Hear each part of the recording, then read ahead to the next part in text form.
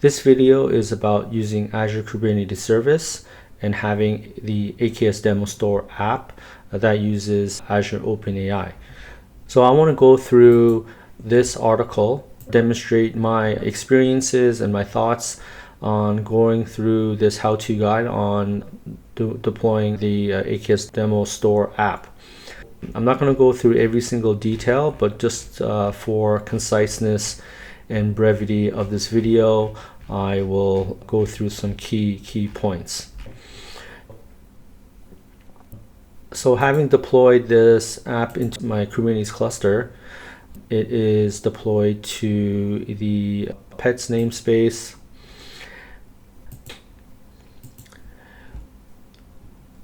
Here are my workloads, or specifically Kubernetes deployments. Okay. This application follows a microservices architecture. The AI service is in its own microservice that calls out to Azure OpenAI. Let's go ahead and kind of run this application. So there's two sides to this application. One is the actual customer-facing storefront. This app is the Contoso Pet Supplies store.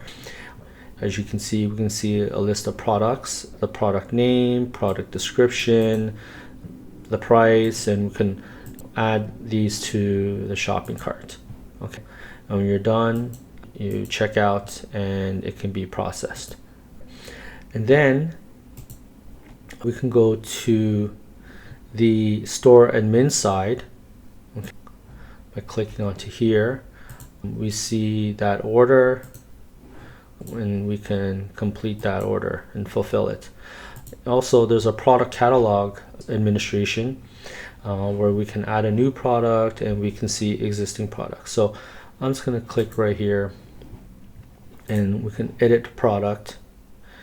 And this application is enabled to use the Azure OpenAI service through this Ask AI Assistant button. So the way this works is that it looks at the product name and also a bunch of keywords and comes up with generates a description. So I can add some keywords in here, such as fun, entertaining, say luxury, healthy, just as some keywords, and I can click the Ask AI Assistant. And so here we go. Entertain your feline friend with the luxurious and healthy mermaids mice trio. This plush mice are not only fun and entertaining, but also filled with catnip to promote a healthy and happy cat. Okay, so that description sounds about right to have these keywords. We can click it again, and it can come up with generate another description, more or less very similar, slightly different. You can do that repeatedly. Okay, so let's turn to how to deploy this. So when you go through this article, it's really dependent on the AKS Store Demo GitHub repo, which has the actual source code to all the microservices and the YAML files to deploy it. So let's turn to this diagram that I've drawn up to kind of see all the pieces, how they come together. Each one of these is a Kubernetes deployment, or really one pod for each microservice.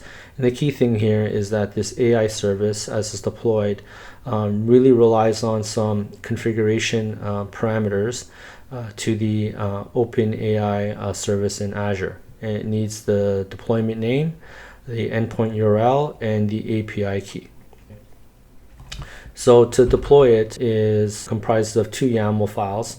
So the K8's manifest is the AKS Store all-in-one YAML file, which deploys all this, and that store app can function on this alone, but will not have that Ask AI Assistant button. But to have that AI Assistant button, and to have it, leveraging the OpenAI service, we deploy the AI service YAML file. And that can be found right here, and has all those services. And you don't really need to modify any of these to make it work. You can just deploy it as is. However, to configure the AI service to use your OpenAI service, we need to set up these parameter environment variable values. One is use Azure OpenAI set to true, deployment name, the OpenAI endpoint, API key. This one is not needed. That's referring to the OpenAI, which is not Azure. The one that's from the same company organization as ChatGPT. So let's look at the OpenAI service that I've set up and deployed. So to find those configuration environment variable values, we need to go to keys and endpoint. So we need this value, and then reveal one of your keys and input and get that. The other thing was to create or refer to an existing model deployment.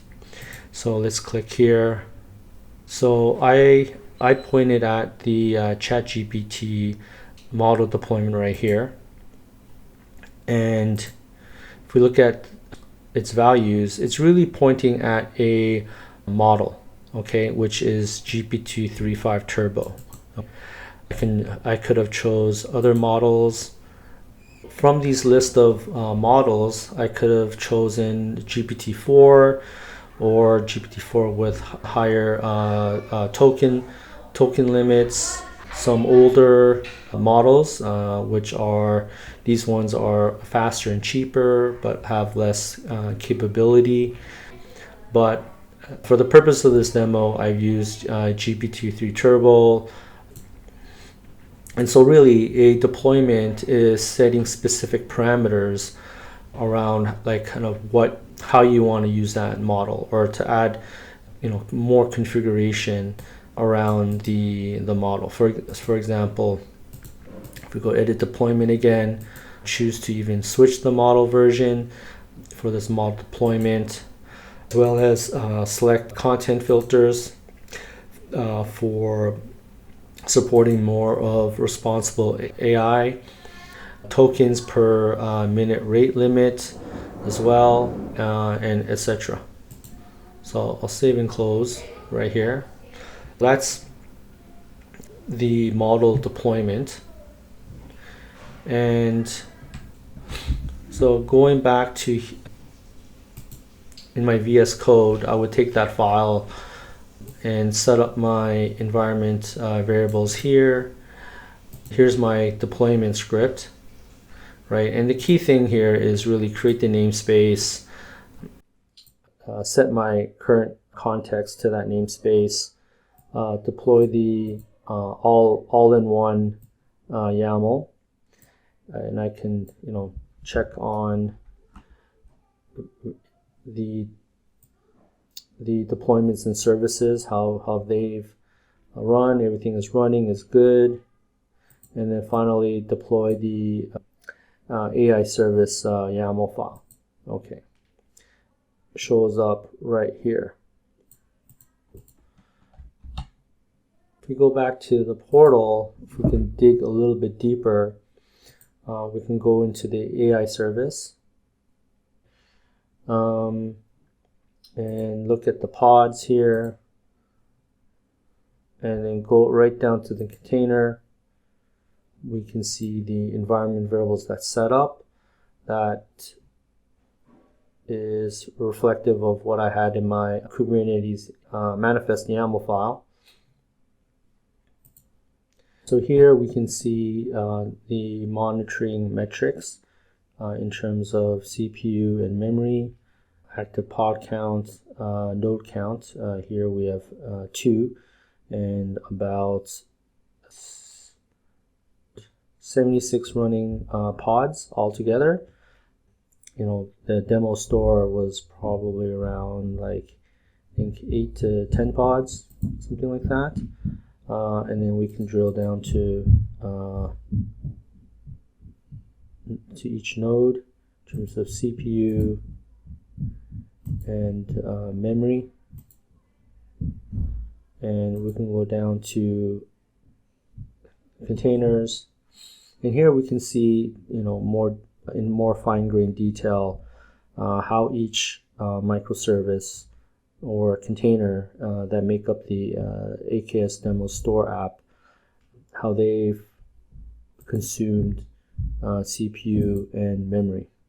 And this is over the last 30 minutes, right? And here you can adjust or allocate more through the YAML file and see the overall health and use this as you do load testing. The AI service here looks like it used quite a bit of memory, and as I go into here we can see live events for the container, and by clicking here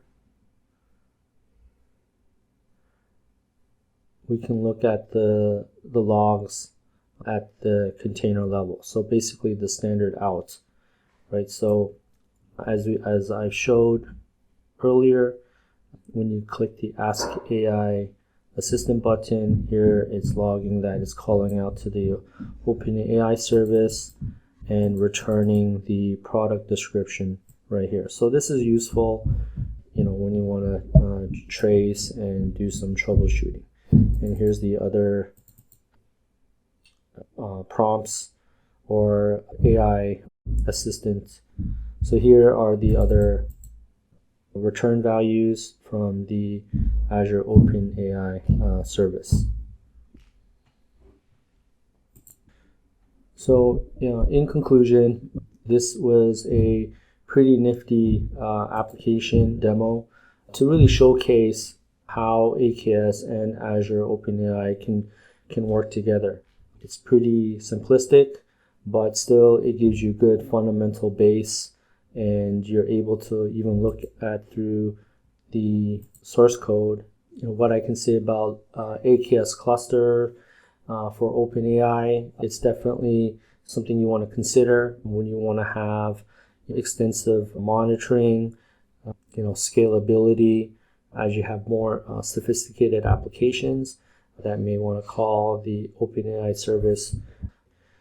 Hope you enjoyed this video, just sharing my experience and my thoughts on this how-to guide. Thank you. Thanks for watching.